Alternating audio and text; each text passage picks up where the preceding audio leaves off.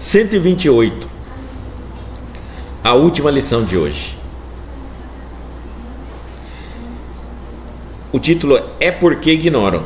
E Jesus falou em João capítulo 16, versículo 3. E isto vos farão, porque não conhecem o Pai, nem a mim.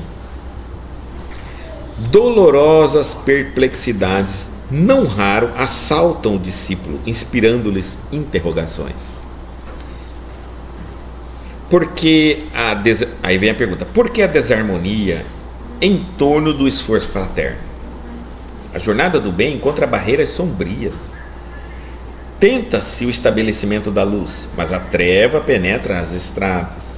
Formulam-se projetos simples para a caridade que a má-fé procura perturbar ao primeiro impulso de realização. Quase sempre, a demonstração destrutiva parte de homens assinalados pela posição de evidência, indicados pela força das circunstâncias para exercer a função de orientadores do pensamento geral. São esses que, na maioria das ocasiões, se arvoram em expositores de imposições e exigências descabidas. O aprendiz sincero de Jesus, todavia, não deve perder tempo com interrogações e ansiedades que se não justificam. O Mestre Divino esclareceu esse grande problema por antecipação. A ignorância é a fonte comum do desequilíbrio.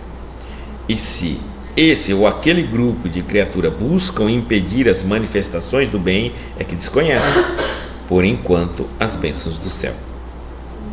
Nada mais que isso.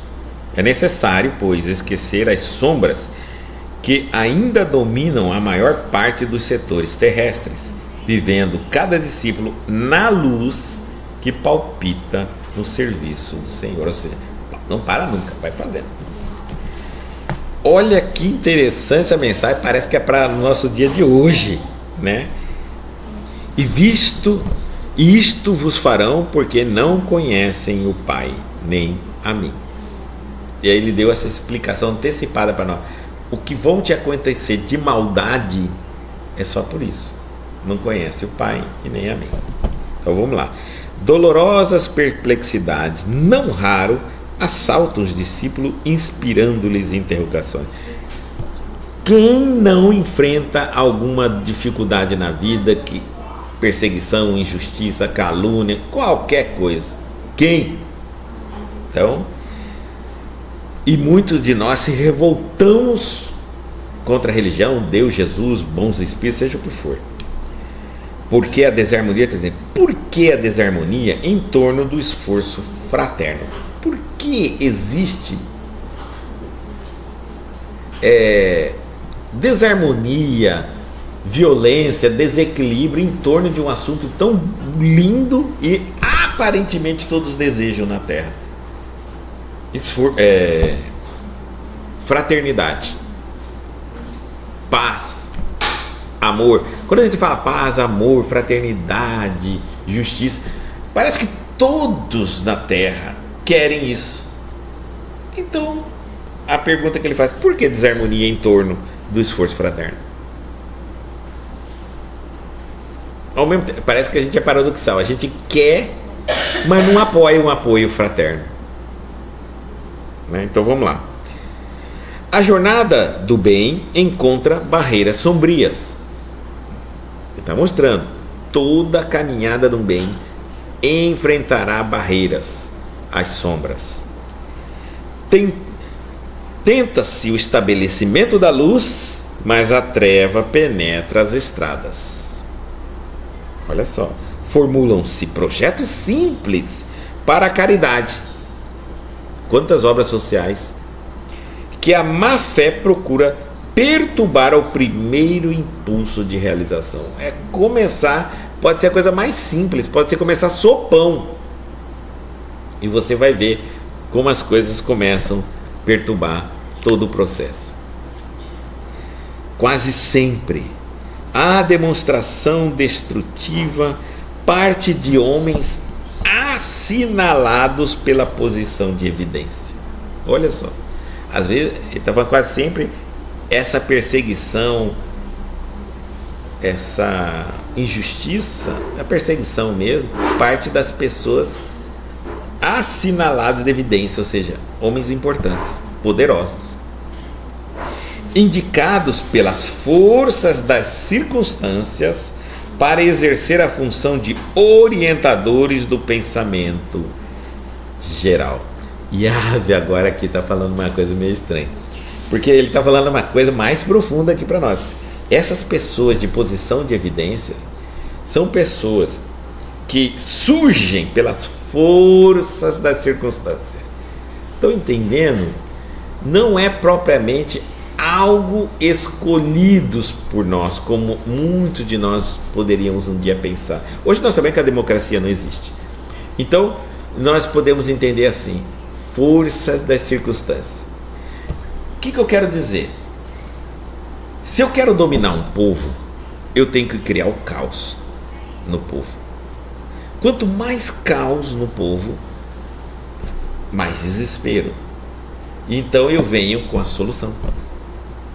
Quando eu venho com uma possível solução, não, às vezes não é nem a solução de 100%, só 10%, eu já sou visto como algo especial e escolhido pelo povo sofrido.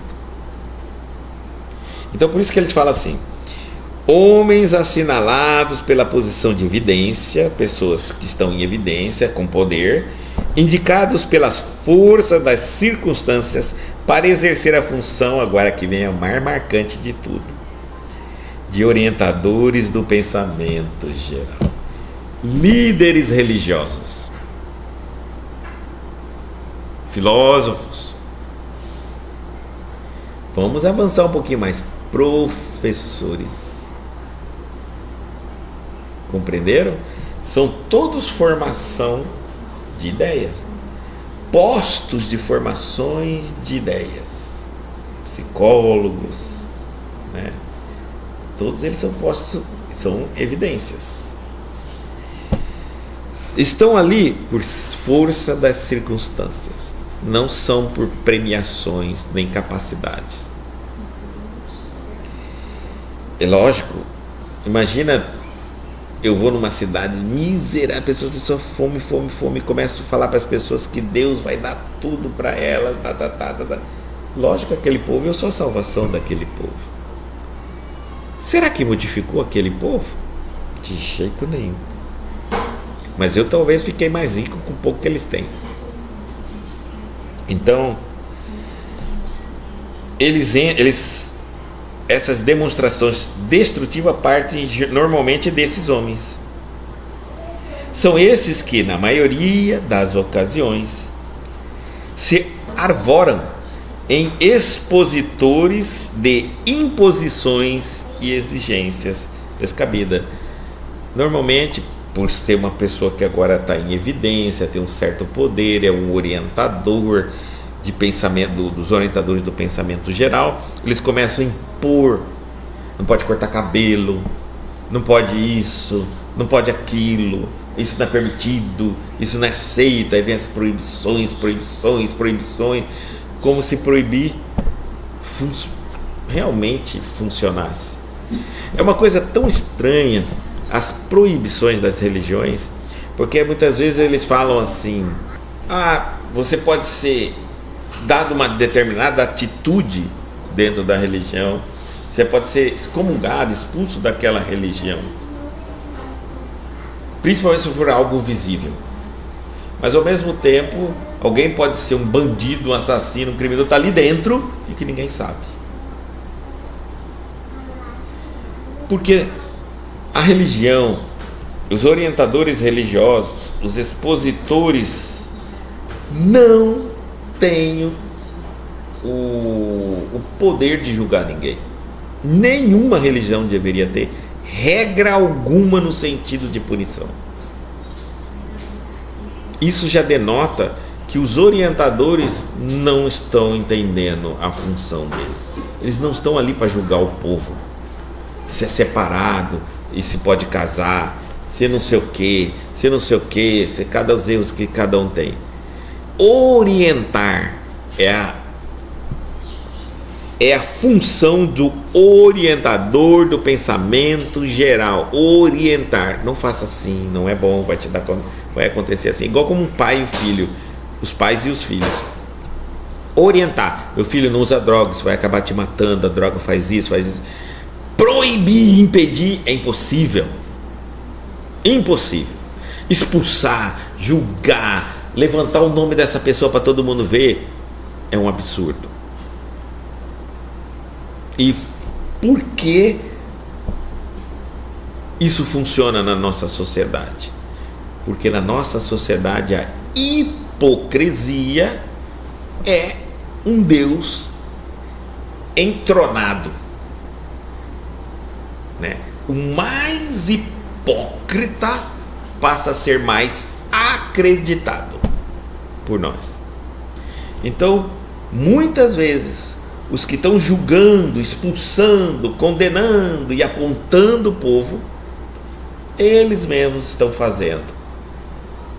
Ou entre eles, da mesma classe, fazem aqui, ali um escândalo. E isso acontece para provar que não tem condição de fazer isso. Então, não cabe ao orientador punição, castigo e etc. O aprendiz sincero de Jesus, e por que não cabe, hein, gente? Olha só, imagina que, porque ele está indo contra a luz, contra o amor, contra a evolução. Você imagina que eu estou casado com a minha esposa, e aí, num determinado momento, ela se apaixona por um outro homem. Chega para mim e fala assim: tem que terminar, né, Guto? Porque não gosto mais de você, quero viver minha vida com outra pessoa. Não, nós estamos amarrados. Você casou no espiritismo, você vai morrer comigo. Porque se você separar de mim, vou expulsar você do centro espírita. Ou então você nunca mais vai poder receber uma determinada situação. Porque o fulano vai julgar você lá dentro do centro espírita. Quem é o fulano que vai julgar essa esposa? Eu faço isso? O que eu estou fazendo? Esse orientador fazendo essa mulher ficar revoltado contra Deus através desse representante que se diz, porque se é ele que deveria expressar o amor e a justiça, né? Ele condena ela. Eu já estou condenado porque eu estou com raiva. E ele está condenado por quê? Está condenando ela por quê?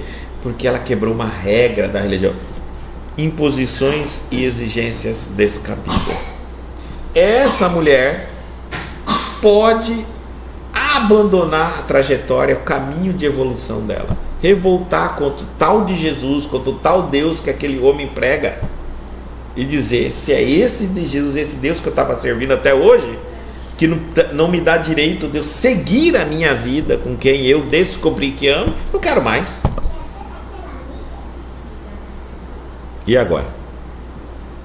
Então, inúmeros erros que a gente vê, tem cada religião com coisas mais esdrúxulas ali. Não estou falando dos itens não, tá? Não pode isso, não pode aquilo, coisas sem sentido. E é severo as punições mesmo. Então, estão destruindo o caminho de evolução de muitos fiéis. O aprendiz sincero de Jesus, todavia, não deve perder tempo com interrogações e ansiedades que se não justificam, né? Ou seja, você não está entendendo por que tanta maldade, por que tanta dificuldade de caminhar na senda, e que muitas vezes essas sombras que a gente tanto fala são criadas pelos líderes religiosos, né? Mais do que por qualquer outro. O mestre divino esclareceu esse grande problema por antecipação. A ignorância é a fonte comum do desequilíbrio. Onde há desequilíbrio, há uma ignorância. Vamos supor, é proibido, sei lá, pôr uma regra aí. Eu ponho uma regra na religião, maneira que eu deveria estar instruindo o povo, eu ponho uma regra, e essa regra provoca desequilíbrio. Eu me caso, aí eu me separo, pode infinitas situações que podem ter acontecido, inclusive um casamento sem necessidade. Aí eu quero corrigir, porque a pessoa tem que ser livre, eu também tenho que ser livre para a gente seguir a nossa vida. Foi um erro? Foi, mas aconteceu. E vindo por seres humanos falíveis, por que eu não posso ter errado? Sim, errei, ela errou, chegamos à conclusão, vamos corrigir, mas daqui por tanto eu estou em falta. É por isso que algumas cerimônias não deveriam ser praticadas pelas religiões, para não se envolver nesses assuntos de julgamento e punição. Se a religião não fizesse casamento, ela não, ou seria apenas uma orientadora aos casais, e não alguém que tem que punir, castigar. Se ela não fizesse uma série de situações onde a religião entra, ela deve pensar se esse é o papel dela. Ficar perseguindo, impondo castigos a quem não deu certo na separação, né? Como assim? Então a mulher tem que se sujeitar a apanhar do marido, porque se ela se separar, ela não pode mais comungar? Está errado o papel. Aonde entra? Ela tem que abençoar o casamento, as relações, onde quer que ela esteja e como elas sejam feitas, e orientar as pessoas muito bem antes de procurar seus parceiros. Pronto, esse é o papel da religião, e não julgar o erro que alguém pode cometer. Não julgar. Bom, então tudo que gera esse desequilíbrio, essa coisa estranha, você está num lugar onde fala de amor, onde fala de paz e de equilíbrio, e de repente as regras provocam desarmonia, crises, divisão dentro da família. Essas regras destroem famílias. Uma instituição que deveria preservar a família, destrói. Tá? Eu tenho uma filha que comete o aborto. Pronto. A minha religião julga você, isso, aquilo. Não é a religião que nos ensina a amar, a perdoar? Por que a religião não tem que instruir, absorver, amar, fortalecer e unir essa pessoa? Por que tem que ser mais um item a apontar o dedo, já que toda uma sociedade vai apontar? E quantas famílias puniram filhos, maridos, esposas por causa das religiões? Chegaram a queimar pessoas em praça pública antigamente, perseguidos em nome de Deus, porque as religiões estão entrando em alçadas que não pertencem a elas. Porque uma pessoa ensinava uma determinada cura por uma planta ou por um método de passe ou qualquer, era chamada de bruxa, e essa bruxa não era aceita, tinha que ser incinerada em praça pública, e todos os seus bens era doado à família que denunciou ela. Isso é o papel da religião: condenar, matar, punir, perseguir. Isso que ele está falando aqui. Não é. E as vítimas desse sistema amaram Deus mais a Deus por causa disso? Eu garanto que não. Imagina que você tivesse 12 anos de idade, entrando os inquiritores ali, inquisitores entrassem na sua casa e na sua frente matasse seu pai e sua mãe, em nome de Deus, e carregando uma cruz no peito. Você amaria esse Deus? Então, essas sombras que hoje nós estamos vendo, as sombras mais pesadas da humanidade, foram plantadas pelos líderes religiosos. Pela religião estar tentando entrar em áreas que não lhe pertencem. Controlar e não esclarecer. O papel da religião é esclarecer e não punir, não controlar, não castigar. E aí ele diz assim: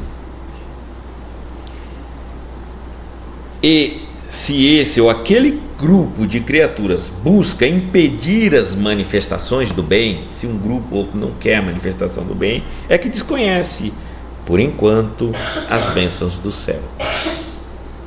E se eles não conhecem as bênçãos do céu, é bonito ele falar isso, nada mais que isso, está falando bem claro, nada mais que isso, ou seja, eles não estão investindo contra você, não é nada pessoal. As sombras não tem nada pessoal com você, as sombras têm contra o seu trabalho. Você está esclarecendo as pessoas, você está falando a verdade, você está aí, com certeza baterão na tua porta. E não é porque você é Antônio, é João, é Maria, é Pedro, nada não. Se você parar de falar, elas viram as costas e segue o caminho dela. Mas se você continuar falando, vai ser complicado. Tá bom?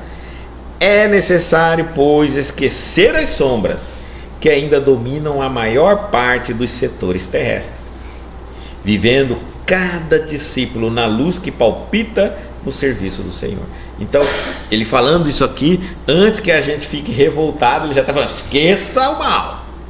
O mal existe, as sombras existem, ela atrapalha, muitas delas, grande parte dela foi criada pelos próprios orientadores religiosos, né? Então, mas e daí, gente? O que nós vamos fazer? Ficar revoltado, quebrar tudo, bater, abandonar? Não. Está bem claro, esclarecer é uma coisa, controlar é outra. Ninguém está nos mandando fazer nada. O Espiritismo não manda a gente fazer, não proíbe a gente de nada. Ele esclarece. Simples. Agora a decisão é sua. Então, o que nós vamos fazer? Se ele está dizendo, se você quer a opinião de um espírita, o Emmanuel está dizendo assim: vive cada discípulo a luz que palpita em você. Se aqui está errado, se ali está errado, se aquele lá está errado, não tem problema. Você sabe o que está certo. Viva essa luz dentro de você. Viva a sua, é a luz que está dentro de você. Não concorda com o que elas estão fazendo, não obedece, não faça, não imita, não copie, não ensine, não transmita isso aos outros. Nem precisa falar mal. Simplesmente mudece e faça o que você acha correto. O discípulo é aquele que vai fazer o que é certo para ele. Não perde tempo com o erro, principalmente dos outros, né? Deixa. Se te perguntarem, você diz a verdade. Mas se não te perguntarem, faça o que você sabe fazer, faça o que é correto, faça o que você se sente bem por amor. Ponto final. E só isso ainda vai trazer muitos problemas para você. Então imagine ficar brigando, peitando um monte de gente, gritando para você tá errado, você é isso, você é aquilo. É pior ainda.